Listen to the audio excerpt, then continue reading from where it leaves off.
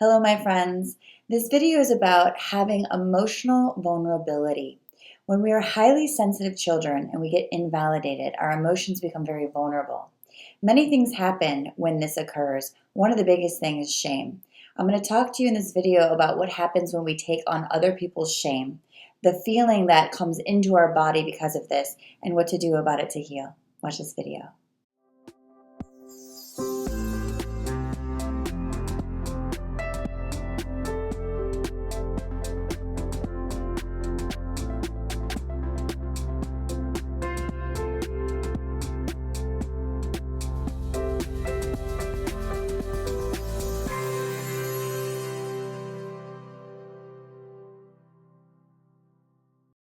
Hello, my friends. Welcome to my channel. If you're new, please click this little subscribe button and the bell so you get notifications when I release new videos. And if you've been with me for a while, thank you so much and welcome back. I also want to mention the little join button right there. If you click join, you will become a member of my YouTube membership community. So you get different perks. You get your name mentioned in a video, you get access to a private Facebook group, you get live Q&As, and if you get tier 4, you get notes and homework from this video. So I hope you'll click that button and become a member. This subject is incredibly important to me because it was me. And I have gazillion clients who go through this every day, and I want to explain it deeper. A lot of people get an internalized experience of toxic shame, incredibly deep shame. What that feels like is a pain in your stomach, and it makes you feel like you want to shrink. It makes you feel almost like you can't handle the pain. And I want to explain what that is. A lot of times people have this from childhood, and it continues because we continue to invalidate ourselves as we were invalidated as highly sensitive kids. So if you're like me, you're born very highly sensitive. I was sensitive to emotion. I was sensitive to clothing, touch, tactile stuff. I was sensitive to foods. I had a lot of high sensitivities in me, and they were always trying to figure out what was wrong with me. Bless their souls.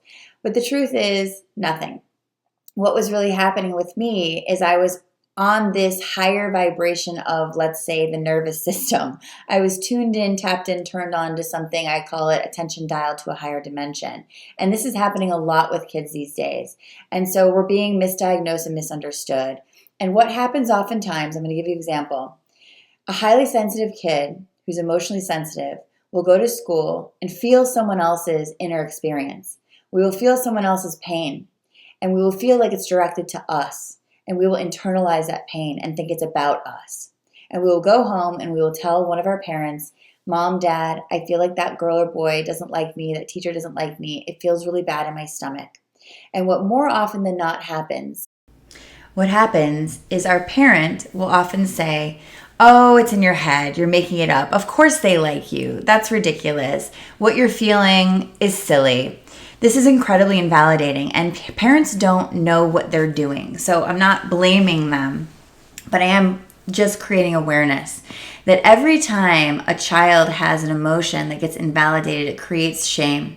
So it makes us internalize it more. What happens is the child grows up thinking, my perception's wrong. I can't trust myself. I can't trust what I feel. What I feel is wrong. There's something wrong with me. I have a flaw. I'm too much. I'm too sensitive. I'm too dramatic. But the truth is, there's nothing wrong with your child. The truth, or yourself if you're watching this, the truth is you are emotionally vulnerable. You are highly sensitive. And when you get invalidated, you become emotionally vulnerable, meaning every single time, now that you haven't been taught that you have an ability to tune into other people's feelings and it's not your own. I'll give you an example. So my client was telling me this afternoon. She was telling me about this experience that happened when she was a child. It happened to me all the time. And she was saying, yeah, I'd come home from school and I feel like that girl doesn't like me. And my mom would say, you're making it up. You're so sensitive. That's ridiculous. That's not what happened. Why would she do that? I said, what I would do is you would come home and tell me, this girl at school doesn't like me and I feel this pain inside. And I would say, sweetheart, what would be the reason that you think she wouldn't like you? And what my client said was nothing. Like I literally couldn't think of anything. And I said, that's because it's not about you. It's her pain that you've taken on because you're highly sensitive and you have this ability to tune into people's emotion. And what you're doing is you're tuning into their pain and you take it on as your own because you don't have a certain identity of your own yet. See, what happens when we are children and we are sponges and we're having an uncertain identity because we're young, We take on what we feel in others as directed towards ourselves as our own identity, our own shame. This is super scary if your parent is not schooled in emotional intelligence. It's super scary if your teacher or parent doesn't know, or therapist doesn't know about high sensitivity. So often I have clients coming to me saying, oh my God, all of my therapists have invalidated my emotions. You get me. Why? Because I was you. I was that super highly sensitive kid that was emotionally invalidated all the time. And what that does is that creates an inner wound of shame. And so when we have that inner wound of shame, what that does is it means I'm never quite sure of my own perception. So I'm looking externally. I maybe become codependent. I'm too much emotionally because I need too much emotional validation from others. And so there's only one cure for this pain, is to validate our own experience. Validate our own emotional pain, validate our own emotion, validate our own shame. So what I walked this one particular client through today is her issue today. She's like, but Candace, it must be me because my whole life I've had these experiences. And I said, could it also be true that your whole life you've had these experiences because you never learned that what you were feeling was correct? It just was directed in the wrong place. You. What you've been feeling your whole life about everyone else's pain was directed towards yourself, and you did that because you had self-doubt about it being about you from the beginning. And she was like, yeah, but how would I not have it be about me? I said, because there's been no one in your life that's understood high sensitivity to the level that you needed, which means you don't have anything broken. There is no problem with you. What's happening is you're feeling what's going on with them. You are taking their pain in as a form of over-responsibility. And she said, wow, I'm still doing that today with my friends. I don't want other people to hurt, so I just hold in what I'm feeling. I said, really? That's interesting. So how do we change this? How do we get rid of that constant shame feeling that comes up inside of us? We start to talk to it. Her homework assignment this week was to write down all the times she could remember this happening, which has probably been 1 million at this point. But there are a few that stand out for each of us, and really looking into it and saying, if this wasn't about me, could it possibly have just been their pain? Is this possibly not mine? And I do this technique, my clients laugh, I call it blow it back. Blow back the shame. It's not yours. It's not your shame to be internalized. It's their pain.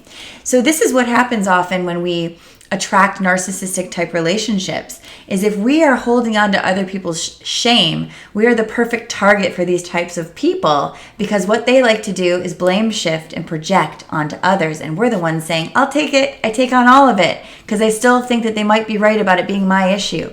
I still think that my parents might be right about me being too sensitive or too dramatic or having something wrong with me. There's nothing wrong with you. You're highly sensitive and you've just never fully been validated. So I just want to share that with you guys today. There's so much more on this subject, which I go through in my emotional rehab program below, also in our work group coaching below. If you are highly sensitive and you've been invalidated, you need to look deeper. It's not about you. The last thing I want to say is what this client said that really triggered it all home for me was, she said, at her age, she's an adult now, there's a part of me that still thinks they might be right. That's the part that we need to heal. So please check the links below. I love you guys so much. I also should mention, this is a little premature, but I've just designed a new course called The Skilled Empath. It's about helping you hone in on your purpose and building an online platform and business to start earning online during these times. Because a lot of healers and a lot of teachers and a lot of coaches are having issues right now that go face-to-face. I'm going to help you build it online. If you're interested, check the pre-link below for that as well. I'm so excited about all these new things coming. I love to support you guys, and I really appreciate your support in return. I love you so much. Please subscribe if you haven't already and share, and I will see you soon. Namaste.